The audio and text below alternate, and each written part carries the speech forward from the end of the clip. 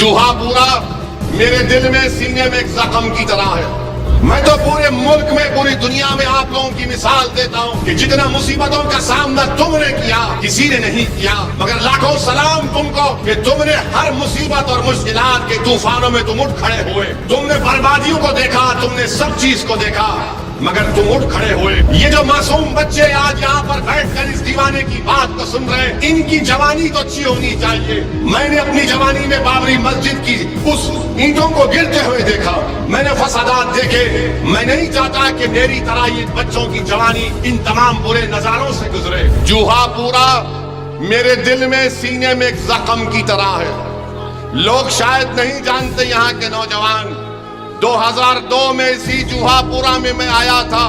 25-30 doctors کی team لے کر آیا تھا. ایک اسپتال بن کے تیار تھا اور اس اسپتال کو جو ذمہ دار تھے اس کا اسپتال کا نام یاد نہیں آ رہا. میں نے ان سے کہا کہ اسپتال دے دو ہم کو 2-3 دن کے لیے، ہماری ڈاکٹرز کی ٹیم یہاں پر رہے گی. اور ان ڈاکٹرز نے 3 دن یہاں پر کام کیا. کئی لوگ تھے جن کے جسموں پر زخم تھے، جن کا اسپتالوں میں علاج نہیں کیا گیا تھا. ہم نے اس اسپتال میں اور حیدرآباد کے ڈاکٹروں نے علاج کیا تھا. ہم نے اس پرآشوب ماحول میں آ کر یہاں پر خدمت کی تھی. میں اس لیے نہیں کہہ رہا ہوں کہ آپ کو جذبات میں لے کر آؤ، میں اس لیے کہہ رہا ہوں کہ مجلس کے مخالفین بولتے کہ اویسی تم نے کیا کیا. ارے میں 2002 میں یہاں پر آیا تھا شالم درگاہ میں. مجھے اچھی طرح یاد ہے کہ جب ہم 2 یا 3 دن ہوا تھا ہمارا میڈیکل کیمپ شروع کر کے، وہاں پر اس وقت جمعیت العلماء کے صدر خان صاحب تھے، ان کا انتقال ہو گیا، اللہ ان کی مغفرت کرے. وہ ہمارے ساتھ تھے. تو 2 دن جب شالم کے کیمپ میں ہماری میڈیکل ٹیم بیٹھتی تھی تو لوگ کم آتے تھے کہ اس درگاہ میں 7 سے 8 ہزار لوگ ریفیوجی تھے. پھر 3-4 دن کے بعد گورنمنٹ کے میڈیکل کیمپ میں کوئی نظر نہیں آتا تھا، پورے مجلس کے میڈیکل کیمپ میں آتے تھے. تو ہم کو تعجب ہوا کہ اچانک اتنے لوگ کیوں آ رہے ہیں علاج کے لیے. تو ہمارے پاس ایک فارماسسٹ تھا، نوجوان بڑا قابل تھا.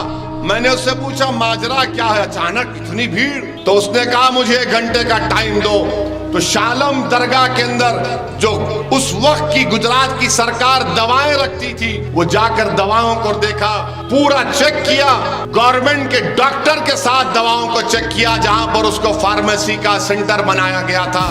اس نے خاموشی سے آ کر مجھ سے کہا کہ اسد بھائی، یہ جو دوائیں اس وقت گجرات کی سرکار دے رہی ہے وہ 6 مہینے پرانی ایکسپائری دوا ہے، اس سے ان کو علاج نہیں ہو رہا ہے. ہمارے پاس دوائیں لے کر جا رہے ہیں تو ان کو شفا مل رہی ہے. میں جانتا ہوں اس حالات کو.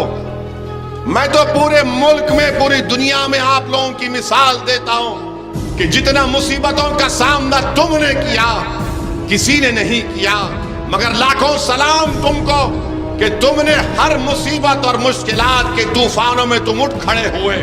تم نے بربادیوں کو دیکھا، تم نے سب چیز کو دیکھا، مگر تم اٹھ کھڑے ہوئے.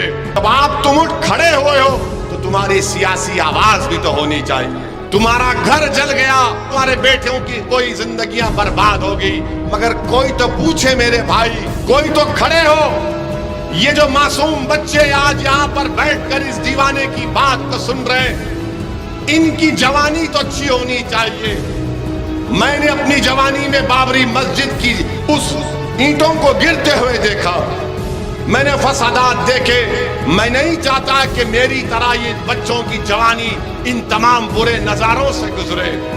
یہ لڑائی ان بچوں کے لیے لڑنا ہے، ہم کو ان کے اچھے مستقبل کے لیے لڑنا ہے، تاکہ ان کو سکول ملے، امن ملے. امن ضرور ہے مگر خوف کا امن نہیں چاہیے، خوشحالی کا امن چاہیے. جب بولے گی امن ہے، یہ امن نہیں، خوف کا امن ہے. امن وہ ہوتا ہے کہ میں اپنی دل کی بات کر سکوں، میں اپنی مرضی کے مطابق زندگی گزار سکوں. میرے عزیز دوستوں، میری عزت دار ماں اور بہنوں، ایک خوشحالی کے امن کو آپ کو پیدا کرنا ہے. وہ اس وقت ممکن ہے جب آپ ایک سیاسی قیادت کو بنائیں گے